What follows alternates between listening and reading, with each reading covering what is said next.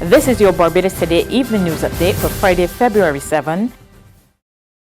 Prime Minister Mottley says she wants the days of a murder accused receiving bail to end, and she makes it clear that with the recent additional resources to law enforcement and the judiciary, persons charged with murder or gun-related offences should have their day in court within 6 to 9 months.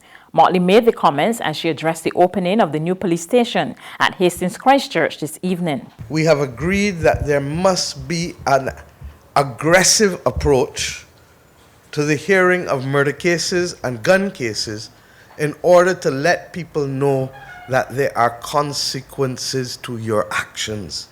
And that this notion that persons can be on bail for murder is so repugnant to me that I can't even begin to understand how a person who is on bail for murder can be charged with another murder. But I speak not as a defense lawyer, but I speak as a defender of this nation's society.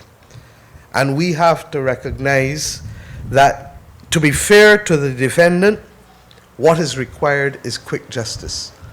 And to that extent, therefore, the government has made available the resources such that there is no excuse for us not to be able to turn around a murder case and a serious criminal case, particularly gun-related crime, within 6 to 9 months of the charging of the accused person.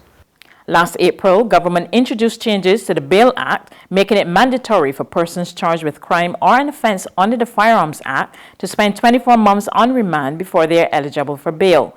Mottley stressed that in order for these changes to be effective, lawmen and prosecutors must bring cases to court in a timely manner. But the obligation is on the state through the police and the prosecutors to bring the evidence quickly that they have used as the basis for charging before a court, for it to be tested by the accused or his lawyers, and for the people to render a verdict one way or the other. Thereafter, we have also determined that the settling of the record of appeal and the 2 appellate processes available to the person should take no more than another 12 to 15 months. And if we can aspire and achieve that, I have a very strong instinct that tells me that when people see that persons who have been brazen, because that is another part of the problem, that the brazenness of the actions being undertaken by some of our citizens, regrettably just a handful, will lead to them being held accountable immediately, then I suspect there is likely to be a change of heart on most who are thinking about getting themselves involved in foolishness. The ambassador of the People's Republic of China to Barbados has cautioned against overreaction and unnecessary travel restrictions being imposed on travelers leaving the Asian country en route to other parts of the world. He spoke with our Kareem Smith, who has a full report. Amid growing concern globally about the outbreak of the coronavirus, Chinese officials here in Barbados are seeking to dispel what they have described as rumors and misconceptions making their way into the public domain. In an exclusive interview, Chinese Ambassador Yan Shuxin declined to comment on a number of measures taken by regional governments, some of whom have decided to ban persons from entering the country if they've been to China or are coming from China. However, he has also expressed tremendous gratitude to the government and people of Barbados for their continued support amid the global health crisis.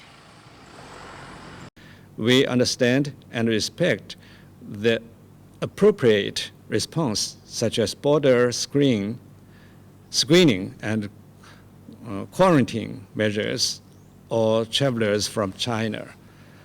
At the same time, some other countries have overreacted with excessive measures, which are clearly not in accordance with WHO recommendations. We hope that all countries can assess the epidemic situation in an objective, fair, calm, and rational manner.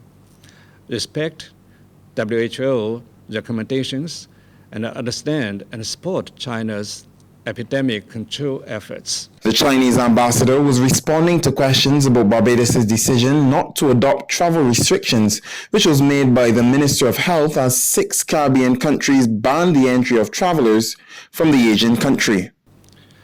Fear is more horrible and infectious than virus itself. Faced with public health crisis, the international community should work together to overcome difficulties instead of just watching the fire burn across the river or making things worse for those in difficulties. The Chinese ambassador acknowledged that even in Barbados, rumors and lies were misleading members of the public and causing unnecessary panic, but he also thanked local authorities for clarifying the fake news in a timely manner.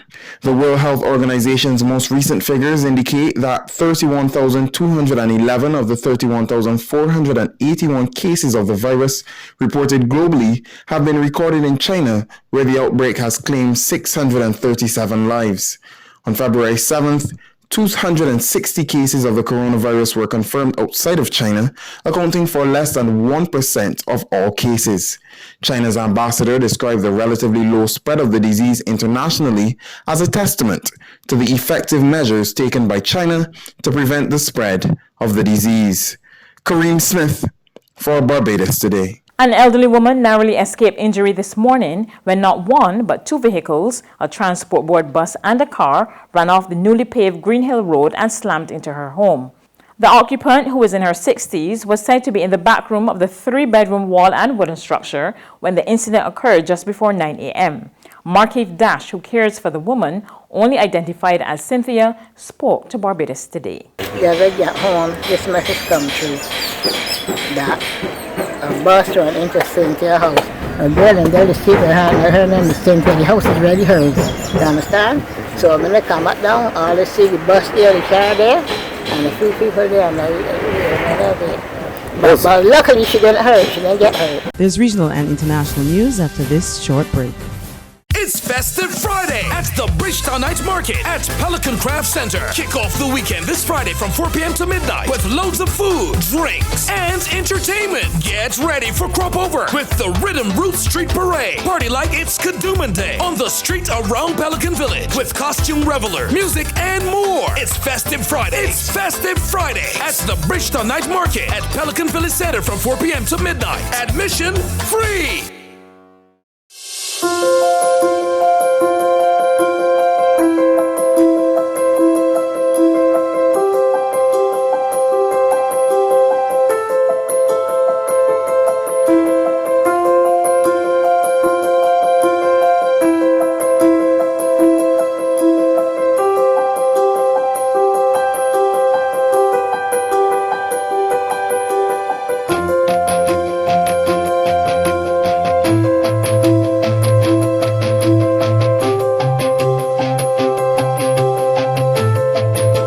Barbados Today, news you can trust.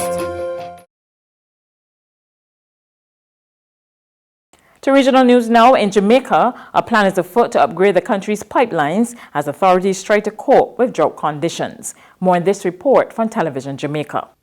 We have water pipes that are 100 years old, older, 60 years old. The moment you put a little pressure on them, screw all over the place. We're putting new meters in to make sure, first of all, my house, every drop of water I use, the president put in my first. If them run over if them use the pipe to fill the pool and they turn it off, him charge me every penny for it because it is very accurate. So we're doing those things to make sure we have water, a distribution system that works. In outlining the short-term strategies to deal with the current dry spell, Minister without portfolio in the Ministry of Economic Growth and Job Creation, Pernell Charles Jr., says 20 catchment tanks are to be fully renovated by March. He says these tanks have a capacity of over 1,000 gallons, which can support a community of 300 people for 30 days once full. That's news, but for the very latest, visit our website at www.barbadostoday.bb. You can also subscribe to our e-paper, email updates, or like us on Facebook, and sign up for our breaking news alerts via WhatsApp. We're also on Izumi Media in bus terminals, as well as Screenplay at supermarkets and gas stations near you. You can also hear us on Mix 96.9 FM and Capital Media HD 99.3 FM.